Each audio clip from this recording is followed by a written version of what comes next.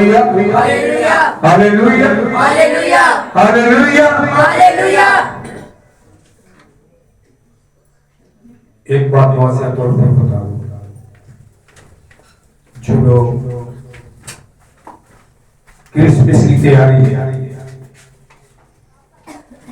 कपड़े खाने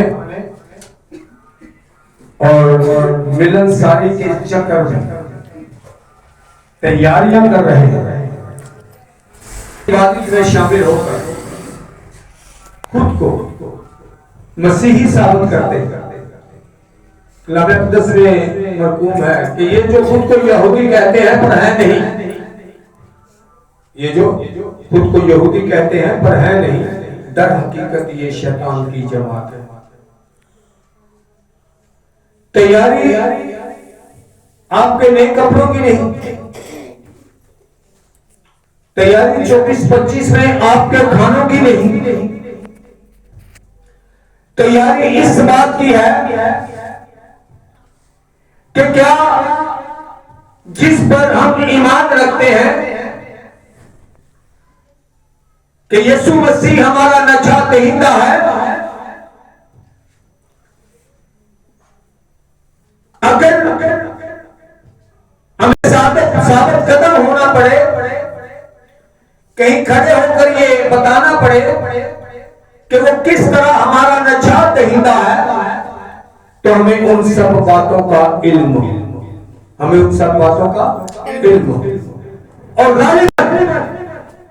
हर साल दिसंबर के शुरू से लेकर तमाम चर्चेस के अंदर क्रिसमस की आमद पर इबादत होती है, कलाम वाज होता है, बताया जाता है। और जब हम सिर्फ इतना जानते हैं कि वो चरनी में पैदा हुआ, वो बैतलहम में पैदा हुआ, गडरिये आए, मजूसी आए, फिर वो बड़ा हो गया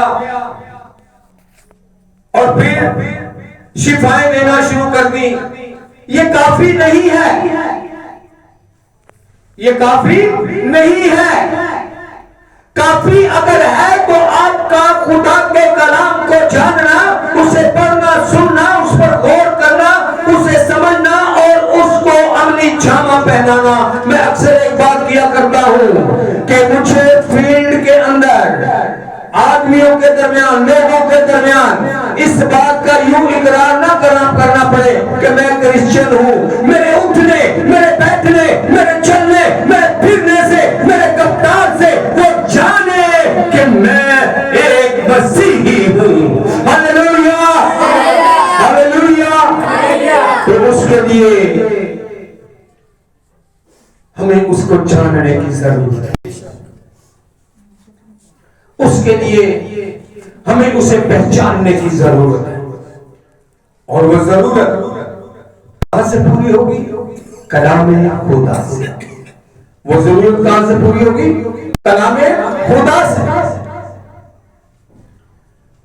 जवान बला किस तरह साफ रखेगा अपना राह, तेरे कलाम के मुआफिक चलकर, तेरे कलाम के मुआफिक चलकर।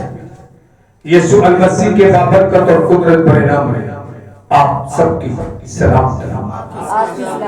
आए खुदा के सीधा कलाम की तरफ आएंगे। मत्ती रसूल की अंजील उसका पहला बाब और उसकी 20वीं आयत मुकद्दसा से लेकर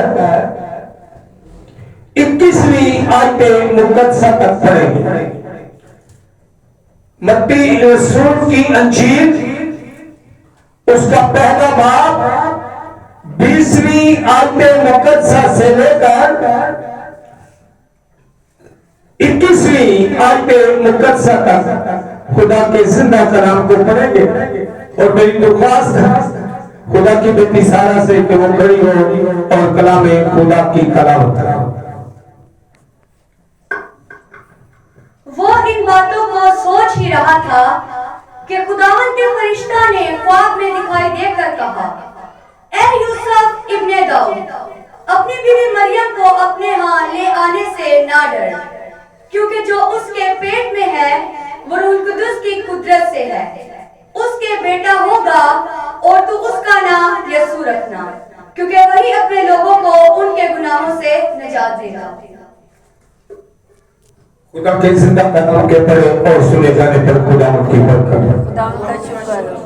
और तू उसका नाम यीशु रखना।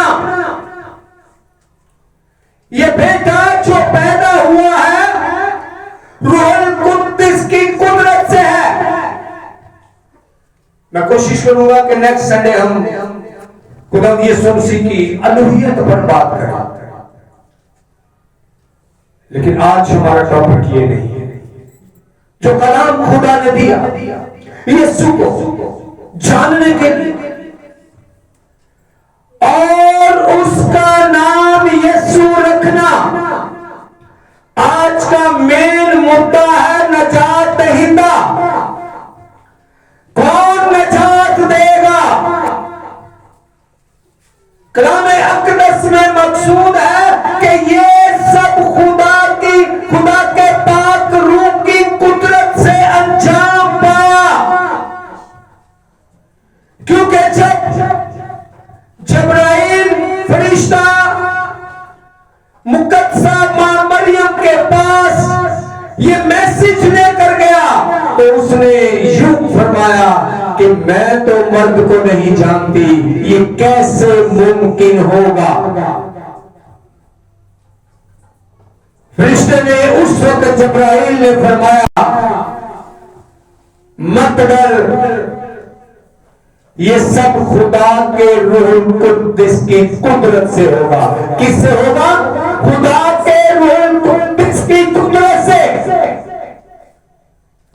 बहुत सारे बाप, बहुत सारी कौमें, बहुत सारे मज़ाहिब जब खुदा के बेटे की बात आती है तो वो बदनी तौर पर उसको खुदा का बेटा लेते हैं।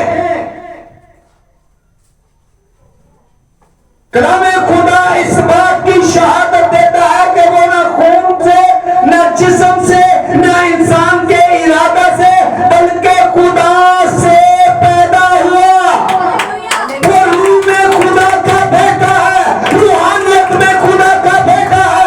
क्योंकि जो कलाम यहोवा खुदा के मुंह से निकला, उसी कलाम को जब मुकद्दसा मां मरियम ने अपनी कुव्वत समाज से सुना तो वो कलाम मुजस्सम होना शुरू हो गया। उस कलाम ने जिस्म लेना शुरू कर दिया। सो कलाम में मुजस्सम कलमतुल्लाह सैयदना रब्बना ज़ुल जलाल यीशु अल मसीह नजात देने वाला है। Hallelujah, hallelujah. कलाम खुदा में मरकूम है। ना डर, क्योंकि जो उसके पेट में है, जो उसके पेट में है रूहुल कुद्दुस की कुदरत से है। रूहुल कुद्दुस की कुदरत से है।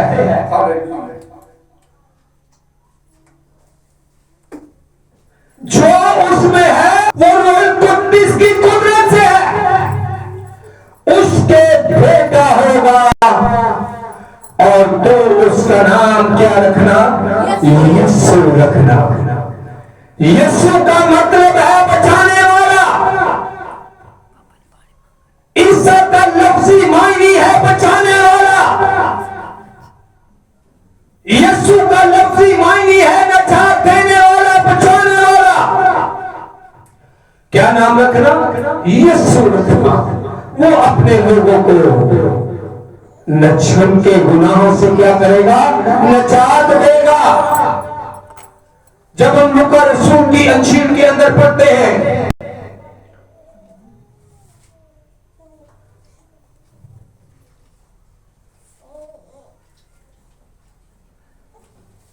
यशायाह नबी की किताब उसका 52 बाब 10 आयतें मुख्तलिफ अंबिया अकराम के वसीला ये पेश गोइयां की गई। तो उसका नाम यीशु रखना, क्योंकि वो अपने लोगों के गुनाहों से नजात देगा। यशायाह नबी की किताब के अंदर मरकूम है 52 बाब उसकी 10 21वीं आयत मुकद्दसा खुदा ने अपना पाक बाजू तमाम कौमों की आंखों के सामने नंगा किया है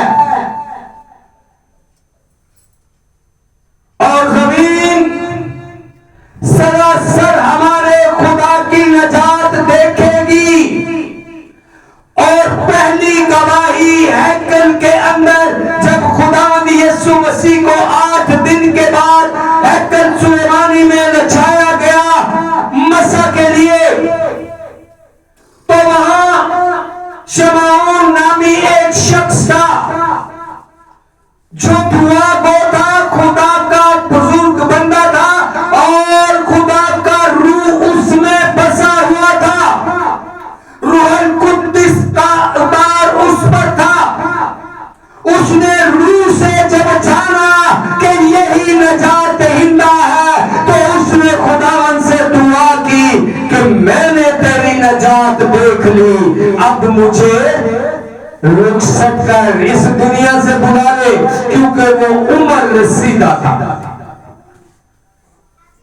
और खुदा के पाक रूह के वसीला उसको ये मैसेज मिला हुआ था कि जब तक तू यहोवा खुदा की नजात को ना देख ले तो नहीं मरेगा। तो पहली गवाही नजात दहिंदा की कि नजात देने वाला कौन है, कौन अपने लोगों को उनके गुनाहों से बचाएगा। वाज़िह कलामे खुदा इस बात को क्लियर करता है। जमीन सरासर हमारे खुदा की नजात देखेगी और जमीन पर पहली गवाही शमाऊन शख्स की है कि जिसने हैकल के अंदर ये कहा। बाकी गडरियों को मैसेज दिया गया तब वो आए, मजूसियों को मैसेज दिया गया तब वो आए। कलामे खुदा में लिखा है कि जमीन सरासर हमारे खुदा की क्या देखेगी, नजात देखेगी। शमाऊन शख्स ने लूका 2 बाब उसकी 30वीं और 32वीं आयत मुकद्दसा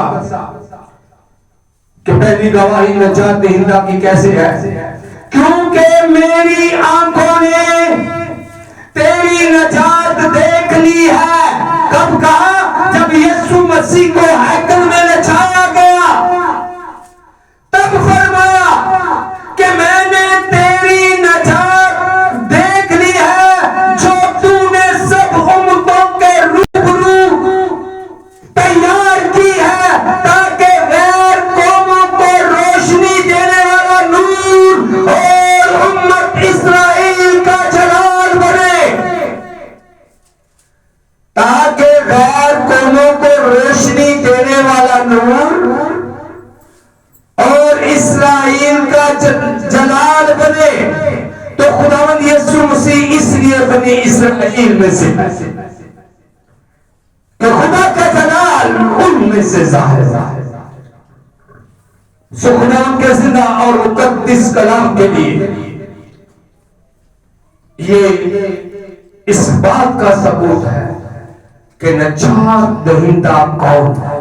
मैंने स्टार्ट में बताया लफ्ज़ी मैंने नामों की यीशु मसीह कहोगे तो नजात दहिंदा, मुनज्जी कहोगे तो गुनाहों से मुआफी देने वाला, ईसा कहोगे तो बचाने वाला, ईसा कहोगे तो बचाने वाला, यीशु कहोगे तो नजात देने वाला। सो खुदा के जिंदा और मुकद्दस कलाम के मुताबिक जब हम अमाल की किताब उसके 4थे बाब की 12वीं आयत मुकद्दसा पढ़ते हैं तो यूं लिखा है, और किसी दूसरे के वसीला नजात नहीं, अल इलानिया क्लियर खुदा के कलाम में वाज़िह किया गया कि नजात किसी दूसरे के वसीला नहीं है, क्योंकि आसमान के तले आदमियों को कोई दूसरा नाम नहीं बख्शा गया जिसके वसीला नजात पा सके। आसमान के तले आदमियों में कोई दूसरा नाम नहीं बख्शा गया जिसके वसीला हम नजात पा सके, और वो नाम यीशु नाम है जो आज कल अब तक यकसा है। Hallelujah, hallelujah, praise the Lord. खुदा का जिंदा और मुकद्दस कलाम के अंदर अमाल 5 बाब उसकी 31वीं आयत मुकद्दसा ये जानने की जरूरत है। हम नजात देता मानते हैं, हमारे पास शहादतें कौन सी हैं? हम किस तरह किसी गैर के सामने, किसी दूसरे के सामने, किसी कौम कबीले के सामने किस तरह साबित कर सकते हैं कि यीशु ही नजात देता है? हालेलुया। तो जब कलाम को जानेंगे तो तब बताएंगे। तो इसीलिए मैंने कहा कि दिसंबर के पहले महीने से क्रिसमस की आमद हर चर्च के अंदर जारी हो जाती है कि क्रिसमस क्या है, क्यों है, किस लिए है। इसलिए आज खुदा के कलाम से हम सीखते हैं कि नजात दहिंदा कैसे है। हालेलुया। अमाल 5 बाब उसकी 31वीं आयत मुकद्दसा के अंदर मरकूम है। आप अमाल 13 बाब उसकी 38वीं आयत मुकद्दसा निकालिए। अमाल 5 बाब उसकी 31वीं आयत मुकद्दसा, उसी को खुदा ने मालिक और मुनज्जी ठहराकर, गौर कीजिएगा जरा इन बातों पर, ये कहीं करनी भी पड़ जाती है। जो लोग नहीं जानते वो सवाल उठाते हैं, कैसे कह रहे हो आप? तो इसलिए आपको दलेरी के साथ बताने के लिए सबसे पहले खुदा के पाक रूह को लेने की जरूरत है, पाक रूह को अपने अंदर आने देने की जरूरत है। तब आप हूं, मैं हूं, तब ये जरूरत पैदा होगी कि हम किसी को बता सकें कि वो मुनज्जी और मालिक और नजात देहिंदा कैसे है। उसी को खुदा ने अमाल 5 बाब उसकी 31वीं आयत मुकद्दसा, उसी को खुदा ने मालिक और मुनज्जी ठहराकर अपने दाहिने हाथ से सर बुलंद किया। दाहिने हाथ का जिक्र इसलिए होता है कि सीधा बाजू, दाहिना हाथ, सच्चा हाथ जिन्हों किया जाता है, ये पावरफुल होता है।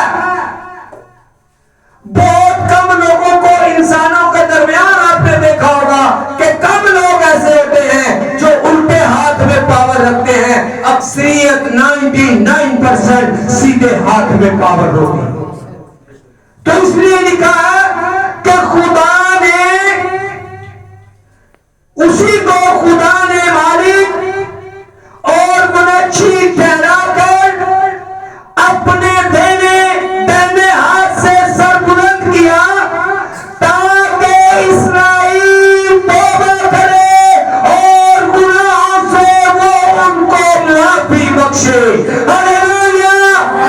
मुनज्जी एक ही है, मेरा आपका सैयदाना रब्बना ज़ुलजलाल यीशु अल मसीह, जो गुनाहों से नजात देने की कुदरत रखता है, जो मुनज्जी है, मुझे आपको गुनाहों के अज़ाब से बचाने की कुदरत रखता है। वो है मेरा आपका सैयदाना रब्बना ज़ुलजलाल यीशु अल मसीह। Hallelujah, hallelujah. एक आखिरी आयत मुकद्दसा पढ़ेंगे कि क्यों ये सब बातें आज खुदा आपसे कर रहा है। आज खुदा का आपसे क्या मकसद है, क्या खुदा आपको जताना चाहता है? गौर कीजिएगा। अमाल 13 बाब उसकी 38वीं आयत मुकद्दसा,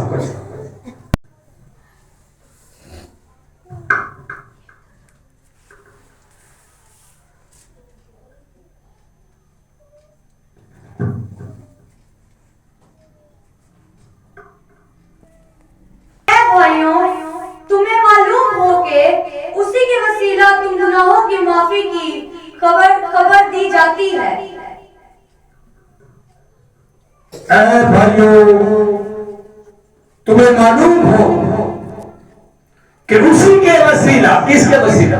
यीशु मसीह के वसीला, कलमतुल्लाह के वसीला, कलामे मुजस्सम के वसीला, मुनज्जी के वसीला, ईसा अलैहिस्सलाम के वसीला, यीशु मसीह के वसीला। ऐ भाइयों, ये सब तुम्हें इसलिए बताया जाता है तो ताकि तुम्हें मालूम हो कि उसी के वसीला तुम्हें गुनाहों की मुआफी की खबर दी जाती है। गुनाहों के मुआफी की खबर दी जाती है उसी के वसीला, क्योंकि गुनाहों से निजात उसी के वसीला है। उसी ने अपना खून बहाकर मुझे, आपको, कुल बनीनो इंसान को खरीद लिया। अब वक्त है ध्यान देने का।